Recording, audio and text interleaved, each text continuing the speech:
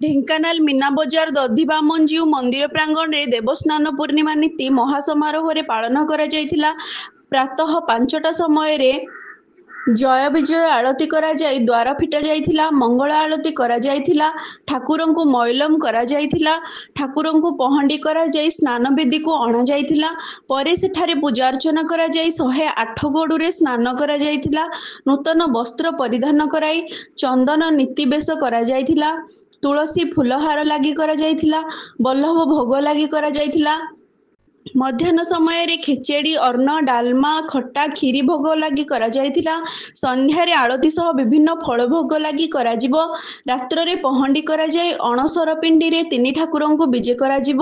ପୂଜକ ରବିନାରାୟଣ ଦାସ ପୂଜାର୍ଚ୍ଚନା କରିଥିଲେ ଓ ମନ୍ଦିରର ଉପଦେଷ୍ଟା ପ୍ରଦୀପ କୁମାର ମହାପାତ୍ର ତତ୍ତ୍ୱାବଧାନରେ ଏହି ଦେବସ୍ନାନ ପୂର୍ଣ୍ଣିମା ନୀତି ପାଳନ କରାଯାଇଥିଲା। ମୁଁ ମନ୍ଦିରର ମୁଖ୍ୟ ପୂଜକ।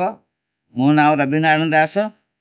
ଠାକୁରଙ୍କର ଆବାହନା କାଳରୁ ଦେବସ୍ନାନ ନୀତି ଚାଲି ଆସୁଛି। ସକାଳର ଭୋର 5ଟାରେ ଠାକୁରଙ୍କ ଦ୍ୱାର ଫିଟା ହେଲା। ମଙ୍ଗଳ ଆଳତି ହେଲା। ମଇଲମ ଠାକୁର ହେଲା। ଠାକୁର ବେଦୀ ସ୍ନାନ ବେଦୀକୁ ପହଣ୍ଡି କଲେ। ତାପରେ 108 ଗରାରେ ସ୍ନାନ କଲେ। ନୂଆ ବସ୍ତ୍ର ଆବରଣ ହେଲା। ଫୁଲମାଳ, ତୁଳସୀ ମାଳ, କର୍ପୂର, ଚନ୍ଦନ, ଅଗୁରୁ ପ୍ରତ୍ୟେକ ଜିନିଷ ଆବରଣ ହେଇ ଠାକୁରଙ୍କର ଚନ୍ଦନ ଦିଆ ହେଇକିରି ଠାକୁରଙ୍କର ବେଶ ହେଲା। ଠାକୁରଙ୍କର ବାଳଭୋଗ ହେଲା। ଠାକୁରଙ୍କର ଧୂପ ହେଲା। ପୁଣି 12ଟା ବେଳେ ଠାକୁରଙ୍କର କ୍ଷୀରି ଭୋଗ, ଅନ୍ନ, ଡାଲମା, ଖଟା ସବୁ ତରକାରୀ ସବୁ ପ୍ରକାର ଭୋଗ ହେଇପାରିବ। ପୁଣି ସନ୍ଧ୍ୟା ବେଳକୁ ପୁଣି ମଙ୍ଗଳ ଆଳତି, ପୁଣି ରାତି ଭୋଗ, ରାତି 9ଟା ବେଳକୁ ପୁଣି ପହଣ୍ଡି ହେଇକି ଠାକୁର ବିଜେ କରିବ। ଆଉ ଠାକୁରଙ୍କର ଆବାହନ କାଳ ବହୁତ ନୀତିକାନ୍ତି ଚାଲି ଆସିଛି।